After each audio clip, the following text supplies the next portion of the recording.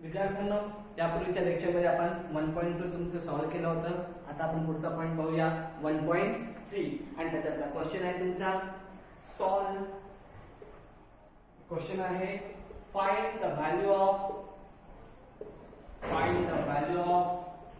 Determinant. अत्यंत सोपा question आहे, फक्त लक्ष द्या, अत्यंत सोपा आहे. Question first -1 to 7 4. डिटरमिनंटची व्हॅल्यू काढत असताना फक्त क्रॉस मल्टिप्लिकेशन करून सबट्रॅक्शन करायचं. क्रॉस मल्टिप्लिकेशन पण मी जो एरो दाखवतो त्या पद्धतीने करायचं. पहिले -1 आणि 4 यांचं मल्टिप्लिकेशन, त्यानंतर 2 7 यांचं मल्टिप्लिकेशन करून त्यात सबट्रॅक्शनचं साइन द्यायचं. पाहून घ्या, क्रॉस मल्टिप्लिकेशन म्हणजेच तिरपा मल्टिप्लिकेशन करायचा. -1 4 चं सबट्रॅक्शनचं साइन, 2 आणि 7 चं. पाहून घ्या, -1 4 चं पहिले मल्टिप्लिकेशन, मग सबट्रॅक्शनचं साइन द्या, 2 आणि 7 चा नंतर करा. मल्टिप्लिकेशन 4 1 जा 4 -2 7 जा 14. एकदा बघून घ्या, 4 1 जा 4. जर मल्टिप्लिकेशन मध्ये जर एक मायनसचं साइन असेल तर ते मायनसचं साइन जशाला तसं ठेवतात. मल्टिप्लाय मध्ये एक मायनसचं साइन जशाला तसं. बघा, -1 मधला एकच मायनसचं साइन आहे इथं, जशाला तसं. इकडे 2 7 मध्ये पण एकच मायनसचं साइन येतं, जशाला तसं. आता पाहून घ्या, इकडे -4 -14. आता इथे कोणते मल्टिप्लिकेशन वगैरे कोणतं साइन नाहीये, सहज सिंपल आहे. -4 -14. जेव्हा दोन मायनसच्या संख्या असतात आणि आतमध्ये ना मल्टिप्लिकेशनचं साइन ना डिव्हिजनचं साइन कोणतं साइन नसेल तर ते मायनसचं साइन जशाला तसं ठेवतात आणि दोघांची ऍडिशन करतात. 4 and 14 हाऊ मच 18. तर अशा प्रकारे आन्सर झालेला आहे. The value of discriminant is -18. How to be solve? तर लक्ष द्या पुन्हा एकदा. पहिल्यांदा क्रॉस मल्टिप्लिकेशन करायचं कोणाचं, -4 चं सबट्रॅक्शनचं साइन द्यायचं, 2 आणि 7 चं. यांचा गुणाकार, यांचं मल्टिप्लिकेशन पहिले, त्याच्यानंतर यांचा मल्टिप्लिकेशन करायचं. 4 1 जा 4, 2 7 जा 14, -14 -4. How much? -18. Answer is over. Next 5 -7 3 and 0. तर काय करायचं आपल्याला सॉल्व करताना? क्रॉस मल्टिप्लिकेशन कोणाकोणाचं, 5 आणि 0 चं, आणि नंतर मायनस साइन देऊन 3 आणि -7 चं. आणि इथे कधी पण 3 आणि -7 लक्षात घ्या. -3 × -7 असं जेव्हा आपण करतोय तेव्हा मल्टिप्लिकेशन आणि सबट्रॅक्शन दोन साइन लगातार येतात. कधी पण दोन साइन लगातार येत असेल तर एकाला ब्रॅकेट मध्ये घ्यायचं असते, त्यामुळे आपण त्या ब्रॅकेटचा यूज केलेला आहे. तर 5 0 5 × 0 0. आता इथे पहा, मल्टिप्लिकेशन आहे आणि मल्टिप्लिकेशन मध्ये 3 पण मायनसचा आहे आणि 7 पण मायनसचे आहे. दोघं पण मायनसचे आहेत. मल्टिप्लिकेशन मध्ये जर दोन्ही नंबर मायनसचे असतील तर त्या मायनसच्या आधी तिथे प्लसचं साइन येतो. मायनस × मायनस प्लस होतो. आणि मल्टिप्लिकेशन 3 7 जा 21. त्याचा आन्सर आलेला आहे 0 + 21 = 21. The value of this discriminant is 21. After that, question number 3. 7/3, 3/2, 5/3 and 1/2. How to be solve? काय करायचं म्हणलं तुम्ही तुम्हाला? क्रॉस मल्टिप्लिकेशन कोणाकोणाचं, 7 3 चं, 1 2 चं, सबट्रॅक्शनचं साइन द्या. आणि इकडे 5 3 चं आणि 3 2 चं. पाहून घ्या, cross multiplication of 7 3 × 1 2 and 5 3 and 3/2. करा multiplication. This is a fraction. 7/3 is a fraction and 1/2 is another fraction. हा एक फ्रॅक्शन आहे, हा एक फ्रॅक्शन आहे. आणि फ्रॅक्शनचं जेव्हा हे मल्टिप्लिकेशन करतात, फ्रॅक्शनचं जेव्हा आपण मल्टिप्लिकेशन करतो तेव्हा अप्पर साइडचं मल्टिप्लिकेशन करायचं. 7 1 जा 7 त्याची व्हॅल्यू लिहायची, पुन्हा लोअर साइडची करायची. 3 2 जा 6. जेव्हाही आपण फ्रॅक्शनचं मल्टिप्लिकेशन करतो तेव्हा न्यूमरेटर न्यूमरेटरचं आणि डिनॉमिनेटरचं करायचं. 7 1 जा 7, 3 2 जा 6 मायनस 5 3 जा 15 and 3 2 जा 6. आता पाहू शकता तुम्ही सबट्रॅक्शन, दोन फ्रॅक्शन्स आहेत. सबट्रॅक्शन हा एक फ्रॅक्शन दोघांचं सबट्रॅक्शन ऑफ फ्रॅक्शन करत असताना जर खालचा डिनॉमिनेटर सेम असेल, खालची संख्या जर सेम असेल तर जशाला तशी ठेवतात आणि वरच्याचं सबट्रॅक्शन करतात. 7 - 15 7 मायनस 15. आता 7 कोणता आहे, कोणते साइन दिसत नाही म्हणजे प्लस आहे. एक प्लस आणि एक मायनस असताना सबट्रॅक्शन करून मोठ्याचं चिन्ह. 7 आणि 15 चे सबट्रॅक्शन 8, मोठ्याचं साइन मायनस 6 जशाला तसं. तर काय झालं आपलं -8/6. दोघाला पण दोन्ही संख्या 2 ने डिव्हिजिबल आहे. चला डिवाइड करा. 2 4 जा 8, 2 3 जा 6. So the value of this determinant is -4/3. After that, question second. Complete the following activity. Complete the following activity.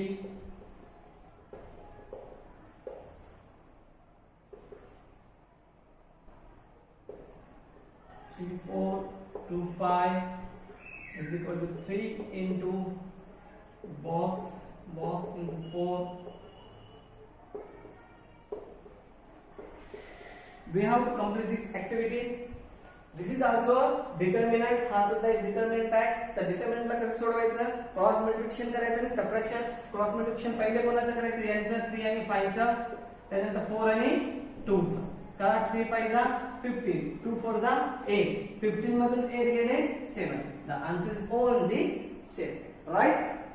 Next question आहे तुमचा क्वेश्चन थर्ड. इथं समजलं का, लक्षात घ्या. पुन्हा एकदा सांगतो, डिटर्मिनंटची व्हॅल्यू काढत असताना क्रॉस मल्टिप्लिकेशन करायचं आणि हा तुम्ही एरो दाखवलेला आहे, यांचं मल्टिप्लिकेशन पहिले करायचं -1 आणि 4. यांचं पहिले 2 आणि 7, नंतर 4 1 जा 4, 2 4 7 जा 14. 14 आणि 4 किती झाले 18. दोन मायनस असल्यामुळे मायनस चिन्ह जशाला तसं द्यायचं. इकडं इथे सुद्धा क्रॉस मल्टिप्लिकेशन 5 into 0 -7 into 3, 5 0 0, 3 7 जा 21. मायनस इंटू मायनस, मल्टिप्लिकेशन मध्ये मायनस इंटू मायनस चा प्लस होते. तर 0 + 21 21. इथं सुद्धा फ्रॅक्शन दिलेले आहेत आपल्याला 7 3. तर cross multiplication 7 3 into 1/2, 5/3 into 3/2. Cross multiplication करत असताना आता इथे क्रॉस मल्टिप्लिकेशन केलं आपण, राईट. आता मल्टिप्लिकेशन ऑफ फ्रॅक्शन करायचं. हा एक फ्रॅक्शन, हा एक फ्रॅक्शन. फ्रॅक्शनचं मल्टिप्लिकेशन करत असताना बरोबरचा आणि खालचा फ्रॅक्शन करायचा. मल्टिप्लिकेशन करा. 7 1 जा 7, 3 2 जा 6, 5 3 जा 15, 3 2 जा 6. आता इथं सबट्रॅक्शन ऑफ फ्रॅक्शन आला. हा एक फ्रॅक्शन, हा एक फ्रॅक्शन आणि त्यांचं सबट्रॅक्शन. आणि जेव्हा फ्रॅक्शनचं सबट्रॅक्शन करत असताना जर खालचा नंबर जर सेम असेल त्याला आपण काय म्हणतो, डिनॉमिनेटर. जर डिनॉमिनेटर जर सेम असेल तर तो जशाला तसं ठेवायचा आणि वरच्याचं सबट्रॅक्शन करायचं. 7 - 15 -8/6. दोघांना पण 2 ने डिवाइड होतात. 2 ने दोघांना डिवाइड केलं, आन्सर आलं -4/3. आणि इथं ब्लँक्स भरायचे होते. Fill in the blanks. कसं सॉल्व करणार, 3 into 5, 4 into 2, 3 5 जा 15, 2 4 जा 8, 15 - 8 6. राईट. तर विद्यार्थ्यांनो आपला नेक्स्ट क्वेश्चन आहे question third. Solve the following linear equations by Cramer's rule. By Cramer's rule. तो क्वेश्चन आहे तुमचा 3x - 4y = 10, 4x + 3y = 5. आता याला कसं सॉल्व करायचं पाहून घ्या.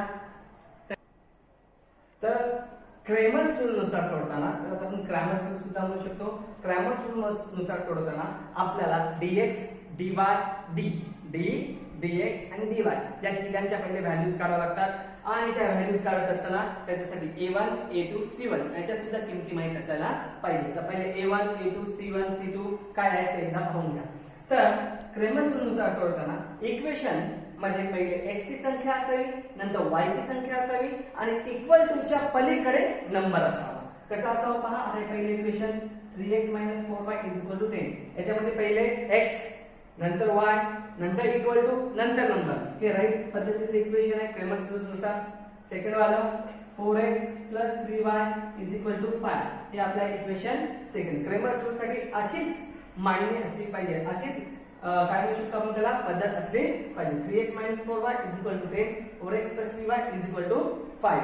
आता पहिल्या इक्वेशन मध्ये जो x सोबत असतो त्याला म्हणतात a1, y सोबत असतो त्याला म्हणायचं b1 आणि अंकाला म्हणायचं c1. The coefficient with x is called a1, the coefficient with y is called b1 and the number constant number beside and another side of equal to is called C1. Listen here, A1, B1 and C1. इकडे पाहून घ्या x सोबतची संख्या A1. A1 ची value काय आहे सांगा. Here A1 is equal to 3. B1 is equal to -4 and C1 is equal to 10. पाहून घ्या, इक्वेशन फर्स्ट आहे पण सगळ्याला 1 1 आहे. A1 B1 C1 आणि ह्याच व्हॅल्यू सेकंड इक्वेशन साठी A2 B2 C2. सांगा मला विचार करा, A2 म्हणजे काय सर. A म्हणजे x सोबतचा, A2 आहे 4, दुसरी इक्वेशन आहे म्हणून 4. B म्हणजे y सोबतचा, B2 आहे 3 आणि C2 म्हणजे कॉन्स्टंट ऑफ सेकंड इक्वेशन आहे 5.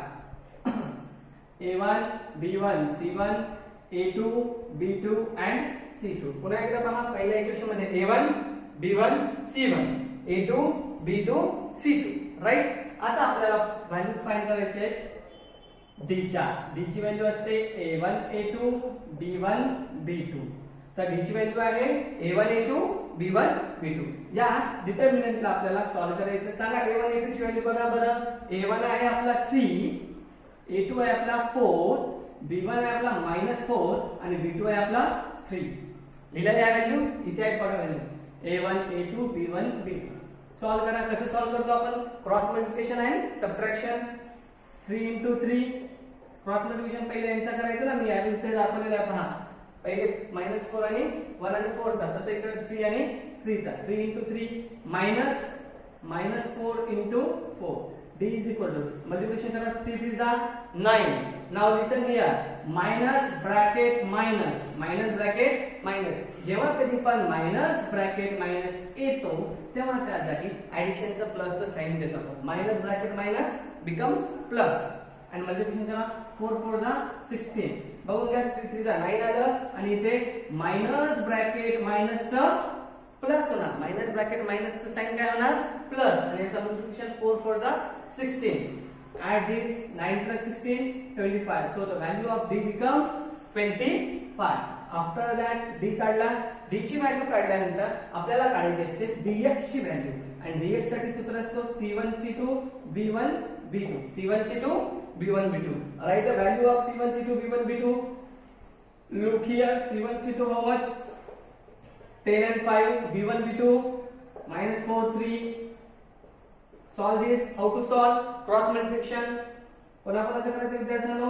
10 * 3 minus 5 * -4 किंवा -4 * 5.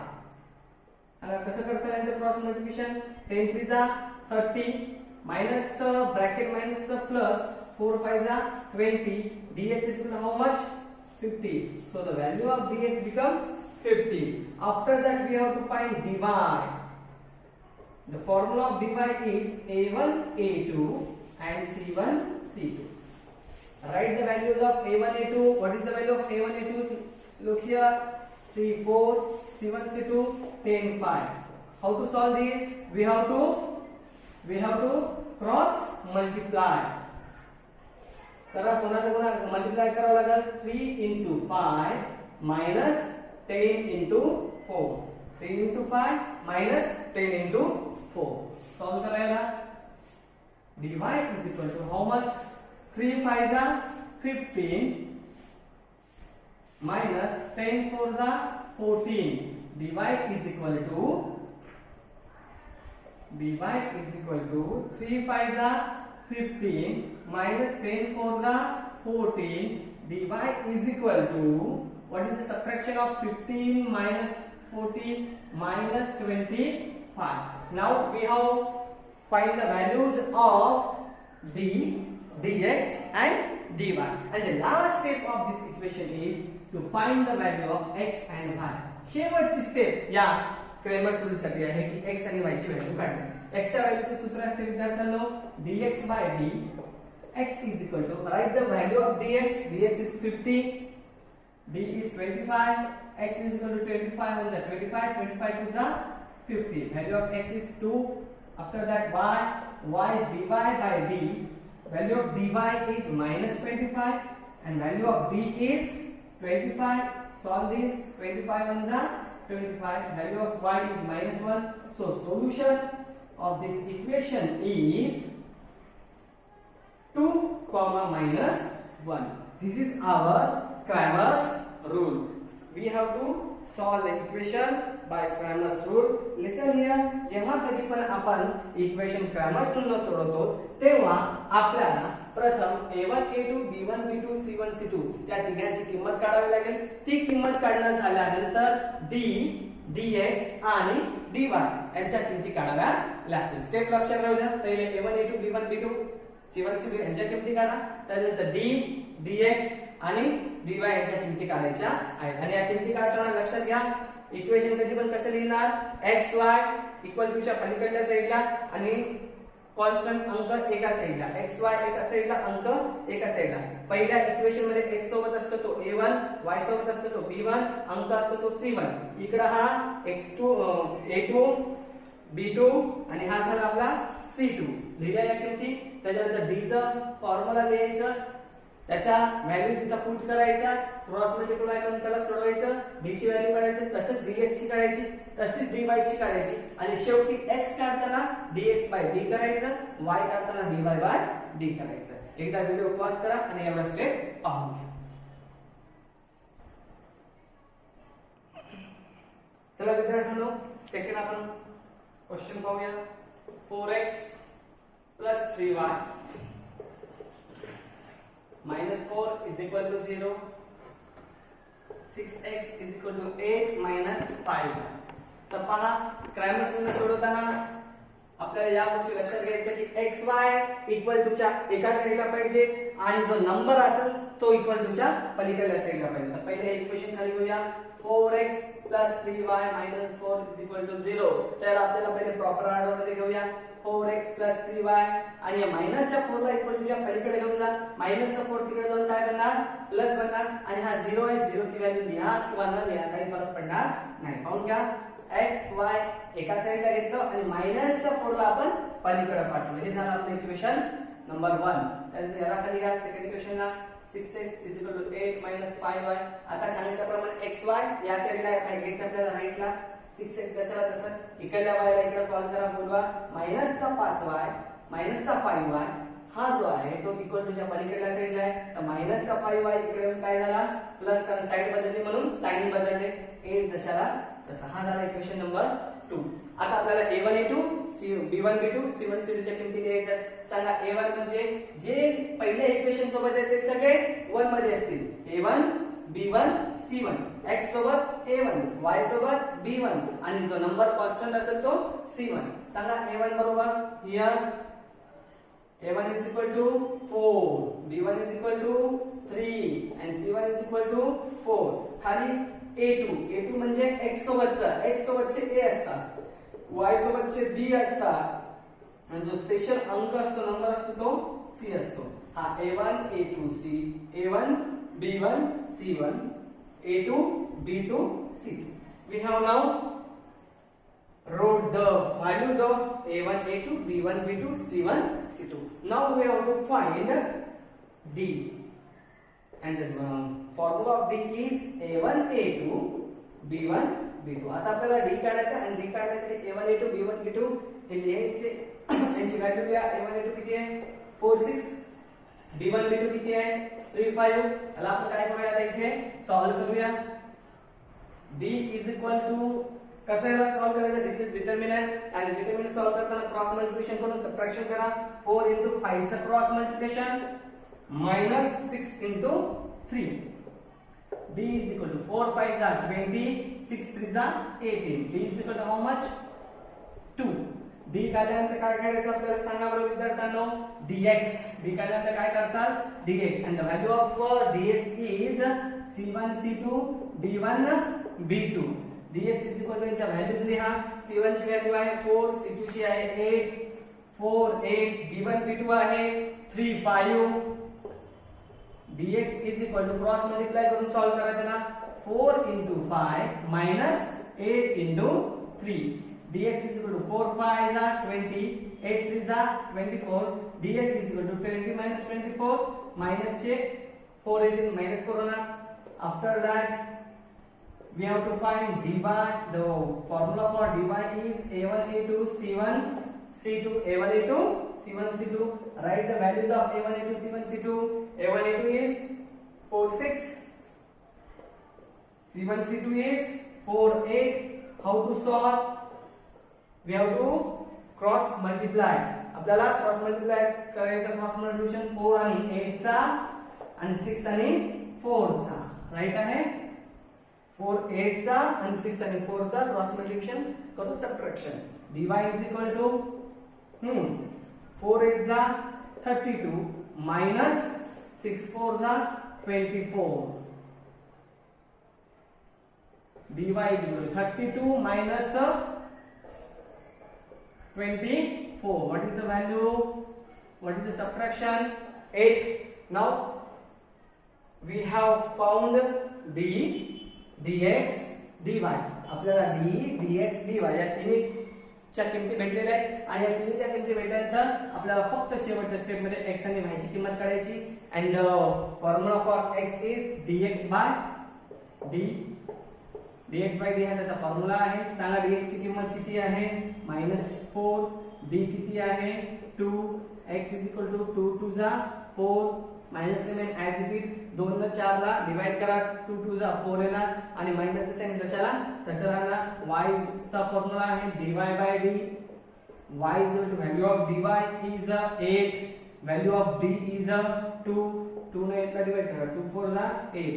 so solution is equal to -2, 4. Answer is over. अशा प्रकारे उत्तर आपलं संपलेलं आहे. एकदा व्हिडिओला पॉज करा आणि या स्टेप एकदा पाहून घ्या. एवढं झाल्यानंतर आपण होमवर्क घेऊया. तर पॉज करून तुम्ही व्हिडिओ पाहिला. जर एखादा कोणाला जर स्टेप समजला नसेल तर पुन्हा एकदा घेऊया आपण. हा पहिला इक्वेशन तरी दिलं होतं. इक्वेशन त्यांनी दिलं पण आपल्याला क्रॅमर्स रूलनुसार सोडवण्यासाठी मांडणी कशी करायची? x y एका साईडला आणि अंक दुसऱ्या साईडला. जो नंबर असतो तो सेकंड साईडला घ्यायचा. त्यामुळे x y इकडे ठेवला, मायनसचा 4 तिकडे झाला, प्लस झाला. नंतर सेकंड इक्वेशन घेतलं. पुन्हा एकदा मांडणी करताना इक्वल टू च्या अलीकडे काय पाहिजे? x y आणि त्या साईडला पलीकडच्या साईडला काय पाहिजे? नंबर. आता ऑलरेडी पलीकडेच होता. हा मायनसचा 5y इकडे आल्यामुळे काय झाला? प्लस झाला. x y इकडे आणि तो नंबर आहे तो दुसऱ्या साईडला. अशा प्रकारे मांडणी करून घेतली. त्याच्यानंतर a1 a2 b1 b2 c1 c2 च्या किमती दिल्या. पहिल्या इक्वेशन मधला x म्हणजे a1 y म्हणजे b1 आणि हा जो स्पेशल नंबर असतो तो c1. a1 b1 c1. दुसऱ्या इक्वेशन साठी a2 b2 c2.